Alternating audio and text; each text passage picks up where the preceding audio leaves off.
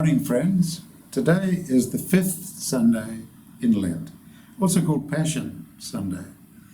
And we have our cross is covered in violet, just to commemorate this particular part of the shall we say, the church year, but especially this part of Easter, preparations for Easter. The intent is humility, very powerful intent, something that we should give thought to, not just today, but other days as well. But let's see what we can learn from this collection of collect, epistle, and gospel, which we always take advantage of, having been put together by our founding bishops very thoughtfully. Thank goodness for us. So the collect reads, O Lord, who didst lay aside thy glory, and take upon thee the earthly robe of mortal flesh, we pray for wisdom to avoid the specious snare of pride, and ever to walk humbly and heedfully in thy sight. So just the opening lines of this collect are perhaps a mystery, we might say. O Lord, who dost lay aside thy glory, and take upon the earthly robe of mortal flesh. In the liberal Catholic Church, we understand that when Jesus was among us 2,000 years ago, he then was the vehicle for the Christ. So those words maybe sound unusual or different, but this is the way that we think about it. So the Christ is with us, part of us, has ever been part of us. But in this particular occasion, the Christ came as a teacher to mankind to instruct us in what to do about living together with one another, practical love, really tough practical love lessons, and took upon him then the body that we have. So we know all about looking after our bodies and all the difficulties and all the ups and downs and all the rest of it. Prior to that, Christ didn't necessarily have a human body, and so had to have that sort of limitation to be with us, to identify with us, to work with us, and probably more important than all of that, so we could then start to move much closer to him. But in order to do that, we have to be a little bit mindful of what our mind is usually telling us. And that is, we tend to be the hero of all the sort of fantasies and daydreams in our mind. So we've got to come to terms with that and realize that we should be just a little bit humble. And now we learn how to do that. So in the epistle, which Wendy read this morning, this is St. Paul writing to the Romans. The Romans were the dominant force at the time that Jesus was in Palestine. They brought what? Law, postal services, all the rest of it. Great engineering works. Not great spiritual stuff, but rule of law, which we pretty well enjoy now. That's the basis of where we come from. So in writing to the Romans, it's very interesting that St. Paul should use this particular opening phrase at this part of the letter. This is the 12th chapter, so it's a long letter. Be not conformed to this world, but be ye transformed by the renewing of your mind. So Christianity is all sorts of things to all sorts of people. But we in the liberal Catholic Church understand that in order to really progress along the path of becoming more and more Christian, we have to change a number of things in our being. We have to change our mind, the way we think about things. We can use modern language and say our consciousness has to expand. We have to take in more of the world, understand more of the world. But, as St. Paul says, not be conformed. That is, we're not conforming to the world. We're understanding the world with our expanded understanding, our Christ-like consciousness. but we're being transformed as we appreciate more and more the Christ within us. So how do we do that? How do we actually go about that? Well, one of the first things we should do is recognize that we could be just a little bit more humble as we go about things. What does that mean, really? It really means that when we have great success, we're sort of inclined to say, aren't we clever? When we don't have great success, we don't tend to say that. We tend to say something else.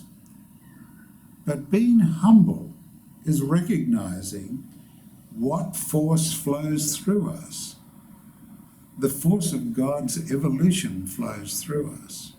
And if we're in alignment, even somewhat in alignment with it, all sorts of encouraging and positive things will come our way. Not all the time, but from time to time. And it's not us being clever. It's us getting into alignment.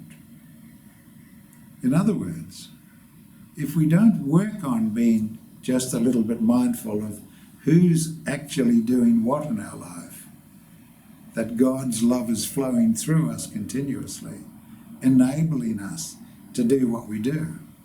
If we forget about that and start to think that we're especially clever and especially gifted, then the wheels start to wobble a little bit. So that's really the thought of being humble. Just be aware of it and be thankful. So then St. Paul just goes on to say, well, how do you live like this? And he says, whatever you're doing, just be mindful that God's love is flowing through you. And so deal with every man just in a normal, kind way. If someone is doing harm to you, forget it. And don't pursue vengeance. He just uses this phrase, just don't do it. Just refers to a passage from the Old Testament. Vengeance is mine, says the Lord. He says, pray for people who are giving you a hard time. Pray for people that are mean to you. Pray for people that really, really are unpleasant. And it takes away that whole judgmental thing, which we're so quick to do. All of us just judge everyone all the time. It's a sort of a natural thing that we do. It's sort of like part of our survival process. Is that a dinosaur? Am I going to eat the dinosaur, or the dinosaur is going to eat me? So that's the reptilian part of our mind. We are asked to have a transformed mind by being Christian. So that reptilian bit never goes away. It's always there. It looks after our heartbeat and our blood pressure and looks after the temperature on our skin. Very clever, that little part of us. But it's not the part that should drive our reaction to the world and the way we behave in the world. So that's the humility bit. The humility bit is remembering, hang on. I don't have to go around judging everybody. I can just find a way to deal in a pleasant, open way with whoever I meet. God is running the show, and God will look after all that stuff that I think I'm looking after. So, right at the end of this passage is this wonderful formula. Be not overcome of evil. Don't let evil overwhelm you, but overcome evil with good. That is, not opposing it, not getting all big and strong and sort of getting all muscular. It's just overcoming evil with good and recalling God's love flowing through us. Be grateful, and many times during the day just say, we're very fortunate. We are very fortunate. The rest of it then starts to sort of weaken a bit. It just fades away a little. Now the gospel is really interesting. It's from St. Luke, and it's talking about a particular parable that Jesus uses when he's looking at some people in the crowd. And he's talking about, okay, I'm going to give you an actual example. actual example. And he says, these two men go into the temple. One of them is a really, really important person, a Pharisee, really important person in the church. And the other one, in the Elizabethan English, translated as a publican, in more accurate Greek translation, is a tax gatherer. So maybe in Elizabethan England that publicans get the job of gathering taxes. But anyway, he was a tax gatherer. So imagine a tax gatherer at the time of Jesus. So who's he collecting taxes from? For whom? He's collecting taxes from the Jews to give to the Romans. How popular do you think that person is amongst the Jews? Not very. Small towns, everybody knows what's happening, everybody knows what job everybody does. So, Pharisee, yes, respected, a little bit feared.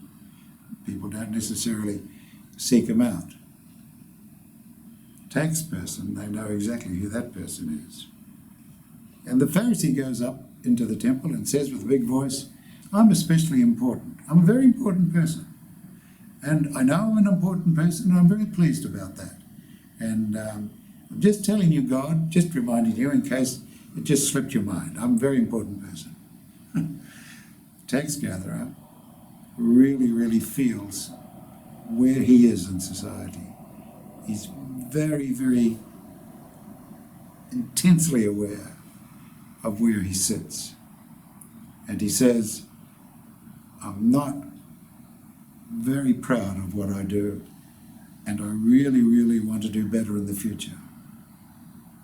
As Jesus relates the parable, who do you think he uses the word justified, who do you think feels more comfortable in themselves when they leave that?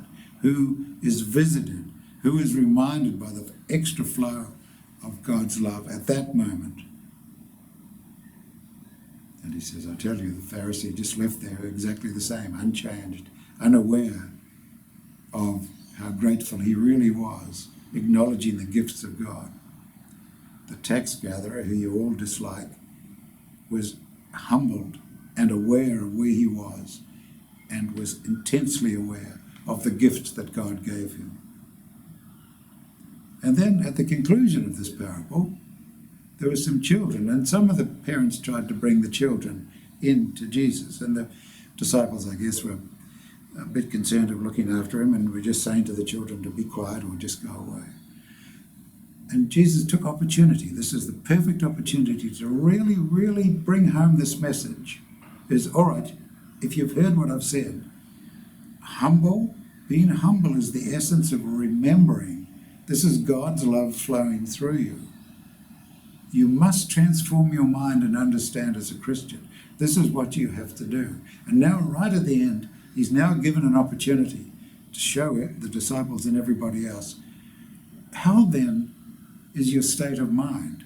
And he says to everyone, unless you are childlike, not childish, if you are childlike in your thinking, open, innocent, inquiring, not judgmental, just asking. If you're like this, if you're childlike, you will enter the kingdom of heaven. You will gradually understand it.